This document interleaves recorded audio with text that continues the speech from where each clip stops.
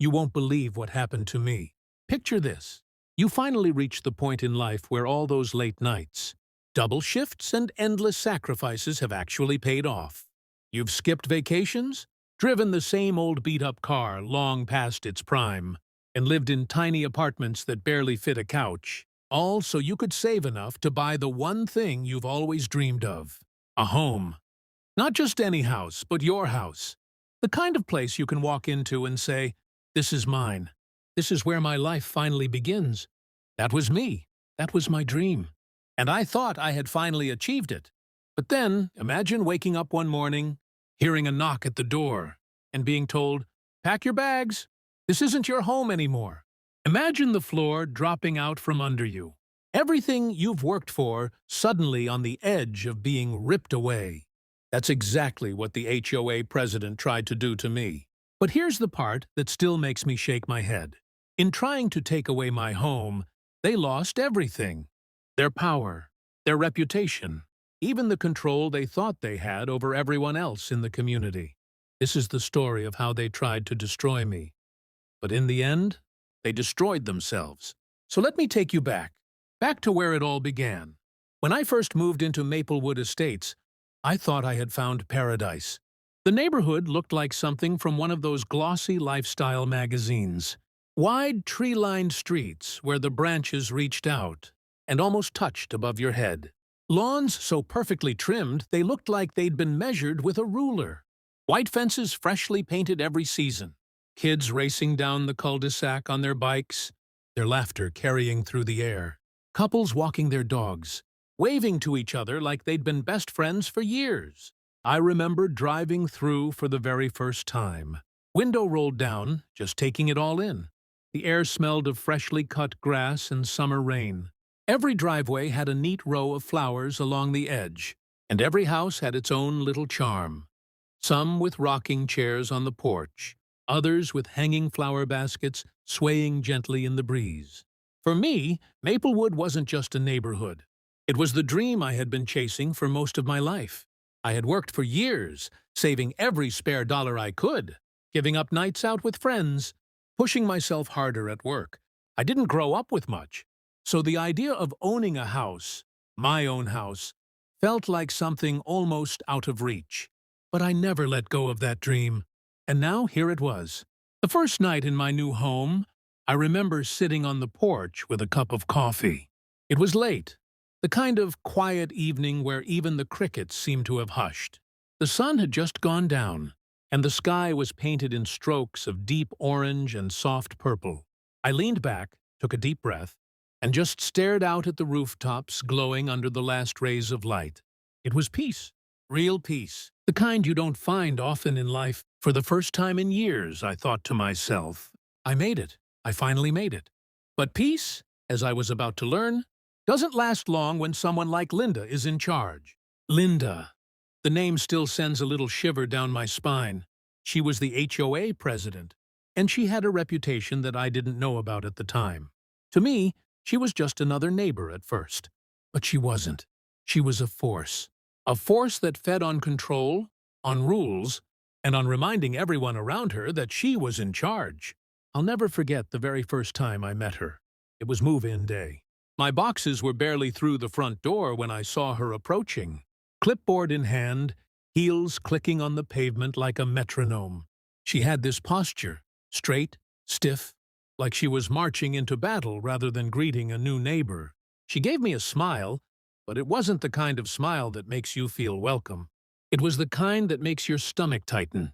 The kind that says, "I'm watching you."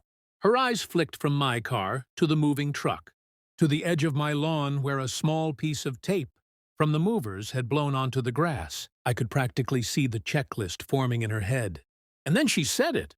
4 simple words that would set the tone for everything that came after. "Welcome to Maplewood. Just remember, we have rules here."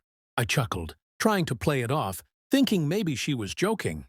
I said something like, "Of course, I'll try not to break too many." But she didn't laugh. Her smile just held, cold and firm, like she knew something I didn't. And in that moment, I realized something important. This wasn't just a neighborly hello. This was a warning. What I didn't know then was that Linda lived for those rules. They weren't just guidelines to her, they were weapons, and she was about to use them against me in ways I couldn't even imagine. At first it was little things. A note taped to my door, written in neat, sharp handwriting, reminding me that my garbage bins were placed exactly 1 inch too far from the curb. 1 inch, another time, I opened my mailbox to find a letter complaining that my grass was slightly longer than regulation length. Slightly. I remember standing in my front yard, looking down at the grass, and thinking, is this really happening? I shrugged it off in the beginning. After all, every neighborhood has rules, right? Maybe this was just Maplewood Estates being particular about appearances. But as the days went by, I realized something deeper. These rules weren't about community. They weren't about keeping things safe or beautiful. No, these rules were about power. And Linda? She thrived on it. The second week after I moved in, I got my first fine, $75. For what, you ask? For parking my car facing the wrong direction in my own driveway. I thought it had to be some clerical mistake. Surely no one could be that unreasonable. So I picked up the phone and called the HOA office. And who answered? Linda herself. Her voice was sharp, cutting like broken glass. I said, "Hi, I think there's been some mistake. I just received a fine for parking in my driveway." Before I could even finish, she cut me off. "It's not a mistake. Consider it a warning. Around here, you either follow the rules or you don't belong." I'll never forget the way she said it. Cold, final, like she was daring me to challenge her. And in that moment, it hit me. This wasn't just a neighborhood HOA. This was her kingdom. And I had just walked right into it. Over the next few months, the harassment grew worse. I'd mow the lawn, carefully trimming every edge, and yet, the next day, a violation notice would appear in the mail saying, "My yard was not up to standard." I painted my shutters the exact shade listed in the HOA handbook, down to the paint code. And still, a letter arrived saying they didn't match the tone of the neighborhood. Even my garden wasn't safe. I had planted daisies in the flower bed, bright and cheerful, just like my grandmother used to grow. But apparently, daisies weren't on the approved plant list. It felt like living under constant surveillance, as if every move I made was being watched and documented. I'd catch glimpses of Linda walking slowly past my house, clipboard in hand, eyes scanning like a hawk searching for prey. Neighbors started to whisper. One man, while walking his dog, leaned close to me and muttered, "Don't cross Linda. People who fight her don't last long here."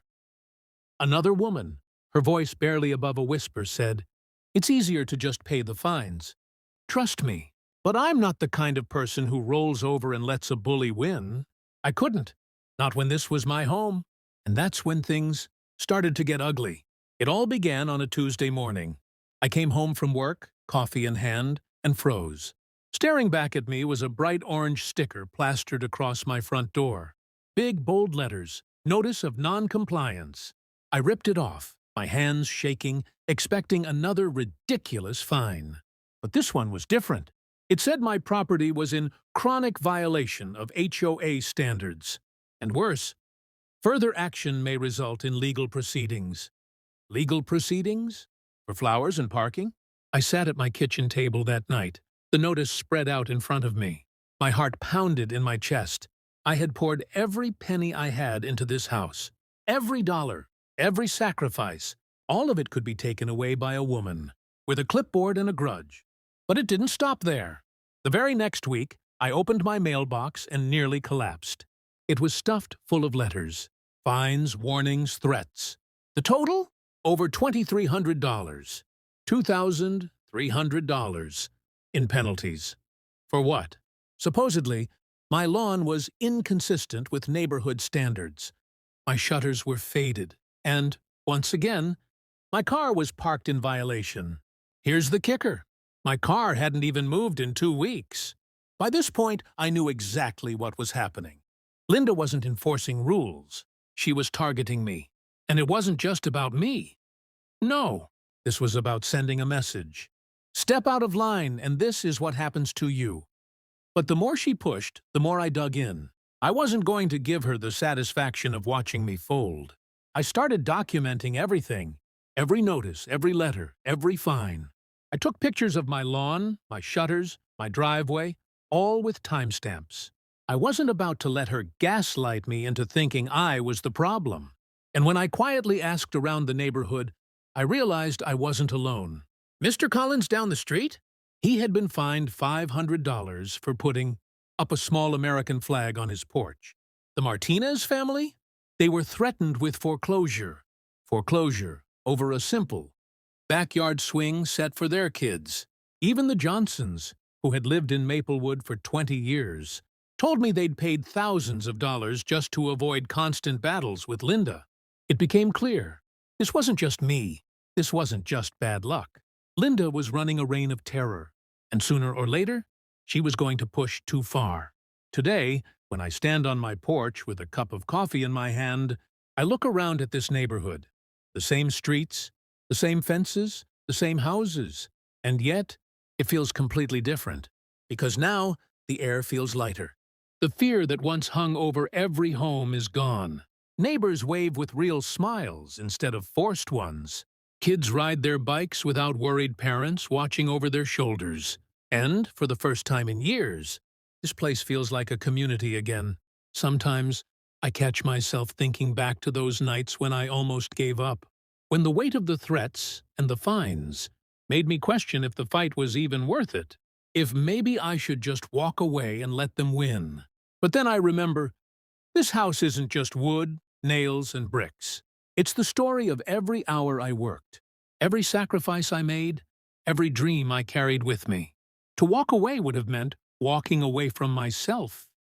And I realize now, that's exactly what people like Linda count on. They don't just want your money, they want your spirit. They want to break you so completely that you'll never rise up again. But here's the truth I learned the hard way. Bullies only win when you let them. The moment you stop bowing your head, the moment you say, enough, that's the moment their power begins to crumble. Linda thought she could take everything from me. My peace, my savings, my home. But in the end, it was her mask that fell apart, her empire that collapsed, her name that became a warning instead of a weapon. And me? I didn't just keep my home. I kept my dignity, my freedom, my voice. So if you ever find yourself standing where I once stood, staring down someone who thinks they can take what's yours, remember this. You are not powerless. You are not small. And you are never alone.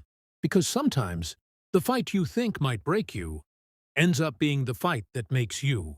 And in my case, it was the fight that gave me my home back. Back forever.